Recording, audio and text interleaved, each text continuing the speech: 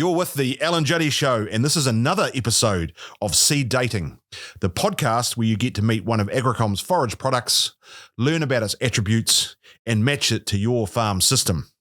And here to nurture this new blossoming relationship is our very own forage relationship expert, Alistair Moorhead. Hi, Al, and who are we going to meet today? Hi, Juddy. Well, we're not really going to meet anyone today. Oh, have we been stood up, Al? Have we been ghosted? No, Juddy, we're going to talk about seed treatment, protecting seed during establishment. So we're going to get some protection against not being stood up when we put seed in the ground. Yeah, Juddy, protecting what's on the inside of seed by putting something on the outside. Oh, it's just poetry, Al. So, broadly speaking, what is seed treatment? Well, seed treatment is often layering a fine layer around the seed of chemicals, both fungicides and pesticides. And this is creating a fine layer that the seed germinates through and pushes through and then absorbs and protects the young seedling. This may sound familiar as we discuss this in a different context in relation to seed treatment for spring establishment brassicas. But the context for today's seed dating podcast is for autumn sown pastures. Yeah, I did recognise it. It sounded familiar. I guess if I was a cow, it would be a bit of deja vu. Oh, Juddy, that's a shocker. So why would we seed treat? What are the reasons for it? Well, seed treatment is something that is actually just such an important concept today where, particularly in New Zealand, but also all around the world, as climate changes, we get more and more shifting weather patterns, and this is releasing insects at higher and higher rate, and other issues as well associated with soil diseases as well, associated with wetting and drying cycles. And so what we're discussing here is that off chance that you experience something really devastating and that for all the investment costs that you put into your new pastures, in this case, is absolutely decimated and you have to pay for everything again to start again. So we're discussing the inclusion of an insurance policy in the way you might approach your autumn planning for sowing seed. So instead of, or maybe not instead of, but in addition to some of the treatments that you might apply after it's established, I guess this provides some protection of an establishing seed. Oh, I think when you look at it like this is the fact that the world is not perfect. You don't know exactly when that little first shoot comes out of a seed. You don't know exactly how long it is before you walk back into a paddock to check on what might be going on in there. And the plant is no more vulnerable than when it's just germinating and just leaving in that very early phase. And so really the key point to seed treatment is that it is providing a window where you and your agronomy team do not have to be completely all over it for a window of time, because there's actually something there functioning and helping you, give you a bit more time to be in the paddock, identify the scale of your problems. Is there, obviously inherently there is, but can you describe like the agronomic benefits of seed treatment? Yes, Juddy, seed treatment. The key things is with some of the chemicals we've got access today, they actually offer a number of traits associated with insect control, depending on what you load into these treatments. Fungicides are another opportunity in this place because dampening off, particularly in wetting and drying soils, is a risk profile. But basically, they enable, and there's some of the chemistry has actually created what could be described as a halo effect, almost like a stimulant effect for young seedling and its vigor. And this is no better seen than when we super strike treat tall fescue seed, which is a notoriously slow establishing grass species.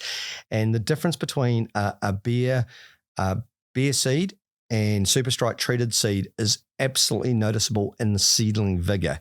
So although the future development is quite equal, the emergence and the vigor of that seedling puts you in a really amazing space when you consider a tall fescue may have only the establishment vigor of about 60% of a perennial ryegrass. So it's actually really vulnerable, and it's quite an expensive seed. And so getting the vigor there, let alone the protection, is actually a really attractive trait of some of the chemical used in Super Strike. Yeah. Just while we're there, and I suppose we should describe Super Strike and what is actually in that product and in terms of its makeup. Oh, well, this is our primary for the grasses in our pastures. This is one of our primary offerings in this space, and it is quite a big deal from a New Zealand context that we have quite a distinctly different landscape from the north of New Zealand to the south, which has different bug profiles throughout. And treated grass seed has not always been something that people have accepted as a good insurance investment. Crops are a little bit different. The context of the spring seed treatment is quite different because you put a lot of money into that one singular crop. And with pastures, it tends to be more variable at times when these insect pests can be devastating. However, in the north of New Zealand, we've got an insect pest called African black beetle, and this insect pest is exceptionally hard to manage and control. And seed treatment is literally, and the seed treatment offering of Super Strike is literally one of the few packages you can get to prevent complete devastation of any category of grass species you're sowing into that landscape. And so it is, the use of treated seed in the north of New Zealand is a black and white decision, where as you go in different parts of the country, we might be in shades of grey around the value proposition. However, with generations of recognition of how devastating it is when you lose your grass pastures, we have seen a very strong behavioural change to the use of Super Strike treated grass seed as you move further down the country, because it does protect against Argentine stem weevil, which is a notoriously, we describe that insect pest as the lumberjack of the insect world, where it just goes down the row and just fells young emerging grass plants. It's really, really obvious that you can only see it for a few days, because that little plant that's just been felled like a lumberjack has dropped a tree. That first tiller that's come out is gone. Within a day or two, it blows away, and you never know it even happened. So you end up with rows of clover in your paddock, and all your grass is gone. And so Super Strike treatment for Argentine stem weevil, African black beetle, and for a period of time, New Zealand native grass scrub, which is a really positive trait for other parts of the country as well. So, and I guess if you were thinking about delivering some chemicals for control of some of these things, being able to put at least some on the seed right there where you want the protection, rather than spreading large amounts everywhere, seems like a sensible strategy. Well, we have discussed this in the past, in the sense of a lot of people have a lot of views on chemical use in farming systems, and the treated seed concept is a really extreme example of precision agricultural, a precision placement of a minute amount of chemical on exactly the singular place, remembering our rows are 6 inches apart. Some farming systems are wider, even when you broadcast. The use of the pesticide in this case is literally only where the physical seed is laid in the pasture. It is not blanket applied across your landscape to drift everywhere, or to hit a lot of non-target ground. So I look at seed treatment as a really precision way of delivering insect protection. And in the case of New Zealand, we value endophyte inside our grass species, or we're using tolerant grasses once established. So the terminology is once established. And so seed treatment, again, for grass pastures is really locked and loaded at the start, because once established, we have got other support structures to associate with not needing broadacre spraying. And I guess, talk to me a little bit about, is it seed treatment and then you don't need anything else, or is seed treatment just part of a larger program? That's a really, really strong point. No, it is insurance of a black and white failure for a moment of time, but a failure could still occur at a later date inside a sort of window, even like the 6-week protection label claim for a product like Super Strike. So a part of the seed treatment that is still a risk profile is death by 1,000 cuts. And you've got these small plants that can tolerate a few small chews because those chews are then impacted the insect to go away and move on. But if instead of a few chews, you've got hundreds of chews because of the huge amount of bug pressure that's in your landscape, it's still an overwhelming scenario. So insect storms is what I would call these, where you've got really elevated numbers. You still need good agronomy practices of going out and identifying what else is going on. Again, seed treatment gives you the time to do that, but you should go out as good practice to understand exactly the scale of what your insect pressure might be in your landscape, because you might need broadacre insecticide use as well.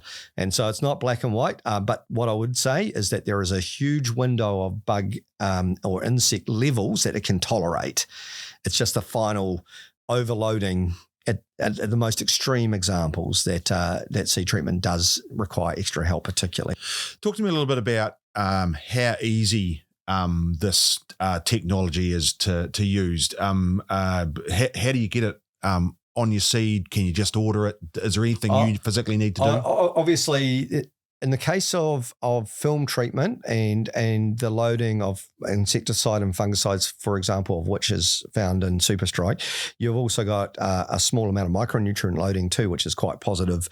You know, looking at things like manganese, molybdenum, zinc, all things that are quite important in the developmental stage of a young seedling, and all micro amounts. But the point is, they're right where they need to be for that moment of time. The dilution effect, as the plant grows, it's insignificant amount, but it helps at the very start, which is a why we value putting them into that recipe.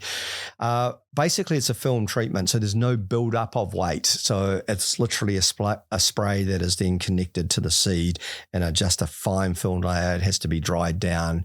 It needs to be able to be stored in a bag. It's sold obviously as an option of which you can purchase, but the reality is that it must be able to be stored without impacting future drilling situations or delivery from that perspective. So it's a really neat style of technology.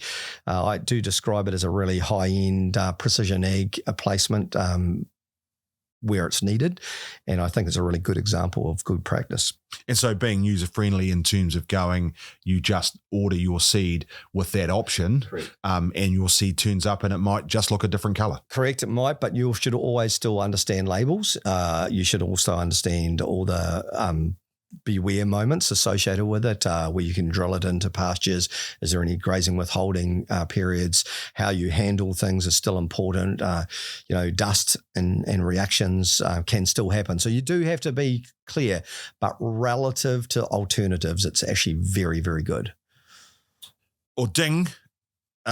That's been very interesting, Alistair. It's been a great date, actually, if I might say so myself. There's actually quite a lot to seed coating, and as I think you've clearly articulated, it's a really great piece of technology, particularly at the precision end of that. So today I'm going to identify actually as an agronomist. Who would have thought of that? Making recommendations to get new grass in, and I just cannot see any sense of not using the seed coat, because I've probably cut a few corners myself. So I'm pretty excited to swipe right. You've been listening to another episode of Seed Dating with Al and Juddy. Hope you can catch another episode real soon.